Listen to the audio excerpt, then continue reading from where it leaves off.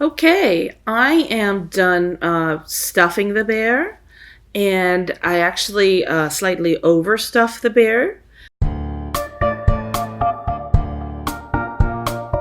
And the reason I did that was because through handling and children playing with the stuffed bear, the filling inside is going to get compressed.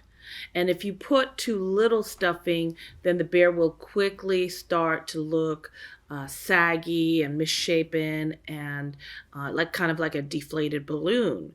So it's always a good idea to stuff the bear nice and chubby because it will kind of normalize after the bear is handled and played with.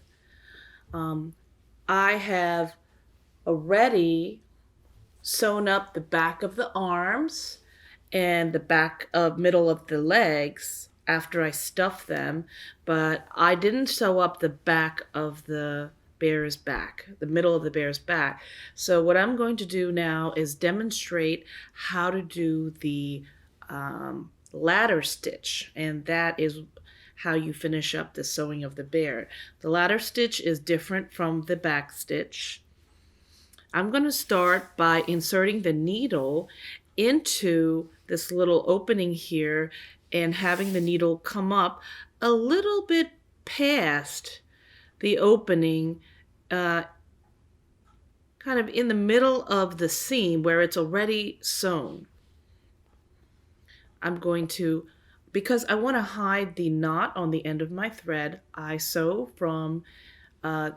the needle in to the inside of the opening so that the thread is hidden in there.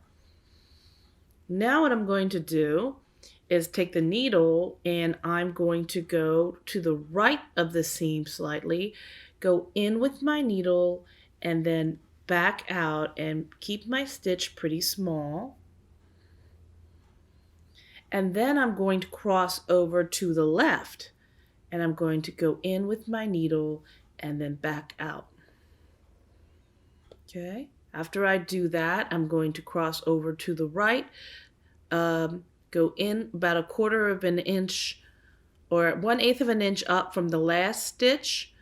And my stitches are kind of, you can see some of these stitches are horizontal. That's the ladder stitch. Go in and out with the needle. The raw edge of the fabric should be tucked under about 1/8 of an inch to a quarter of an inch. So when you put the needle into the fabric, make sure, and we're crossing over to the left side again, you go in from the edge about a quarter of an inch. That's the seam allowance. We want to keep to that quarter of an inch seam allowance throughout the whole project. So I'm going to cross over to the right because I was just on the left side and start moving my needle out about a quarter of an inch. And you can't see it on my fabric, but there are stitches that are going across like the rungs of a ladder. When I pull on them, they close up the hole and the stitching is very, very neat looking, and it doesn't look too wavy or anything. So it looks almost like a very clean straight stitch. So we're going to cross over again, go in and go out, cross over again to the opposite side about a quarter of an inch in from the raw edge of the fabric, go in and out. Don't make your stitches too big. The bigger the stitches are, the more the ladder stitch is going to look a little bit wavy. The bigger your stitches, the more wavy it's going to look. Instead of looking straight, it's going to look kind of squiggly. So after a couple stitches, like 3 or 4 stitches are made, what I would do is I would pull. I would pull instead of waiting at the end to pull all your stitches closed, because you will not be able to do that. Or if you yank too hard to get them all closed, you're going to break the thread. So it's good to do it as you go along. Okay.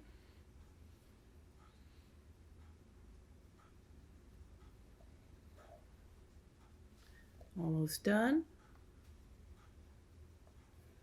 So I'm just kind of crossing over from one side to the other, going in with my needle tip and then coming back out. And then after that, cross over to the opposite side, go in with my needle tip and come out. And don't be tempted to make your stitches too big. Remember, the edges of the fabric should be tucked in. And if you want to keep it closed, what you can do is you can do a knot when you get to the halfway point to keep everything closed up to that point. I'm going to double knot it. And then just continue with that ladder stitch again. Just up, in and out, cross over, in and out.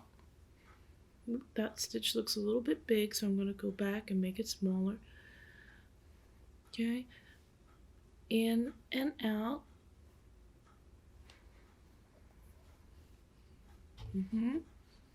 Cross over to the other side, in and out. In and out, almost done.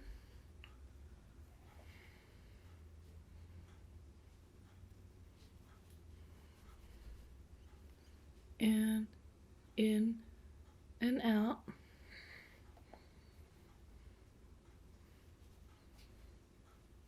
And in and out, finally very much near the closed seam. So I've closed up this seam with the ladder stitch. Now what I'm going to do is make a knot right there. One. I do my knots this way as well, and I push down with my thumb, and after I make my knot and I double knot it, this is the final little step. You don't want that knot to be there. You want to kind of tuck it in. So you take your needle, you put it under near the knot, and then you come out somewhere far away toward the left or right of where you put that knot. Don't poke yourself like I just did. And pull the needle out this way so that there's like a little tail of thread underneath the fabric. And then you, without cutting the fabric very carefully, cut the knot so that the little tail of fabric is hidden in here. And the little knot looks like it's tucked under. So at this point, it should be so neatly done that you don't really see the threads at all. You should just see your fabric. And finally, when you are done, you want to add some sort of decoration. Maybe you could string some big pearls together, like the kind that children play with large holes, with like a piece of ribbon, and tie it around the neck of the bear with a big bow in the back.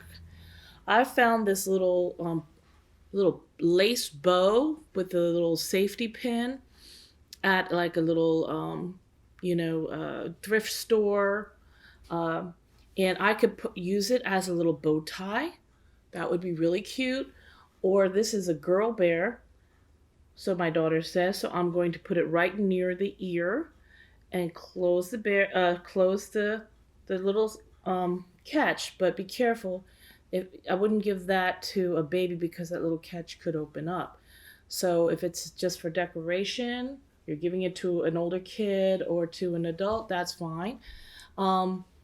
So you can make a bow to put around the neck. That's what's commonly done with a teddy bear. Or you can combine your crochet skills and your sewing skills. And right here, this is my daughter's second teddy bear she ever had, called Ted2. And he has a hand crocheted scarf made just for him, and a little crocheted hat with a little ribbed brim. Single crochet was used for the top part of the hat, and he has a little pom-pom, handmade pom-pom for the top of his head for a little winter outfit. So now we have two companion bears. We have a little girl bear and a little boy bear, so my daughter says. So that is the end of the teddy bear tutorial. I hope that you enjoy making your bear, and I hope you decide to make more bears after this first experience, and they'll be better and even more creative the second, third, fourth time around, because these are very, very appreciated by whoever you give them to.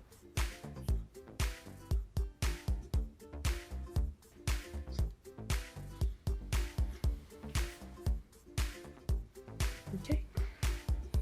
Okay, Lahi, Pinker Bear is yours.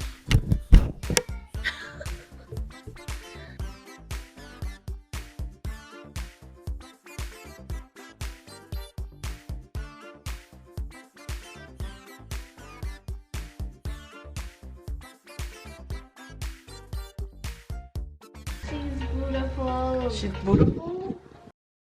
The teddy bear staring contest? Yes. I think this contest could go on forever. Make fun of Pinker Bear, my sister.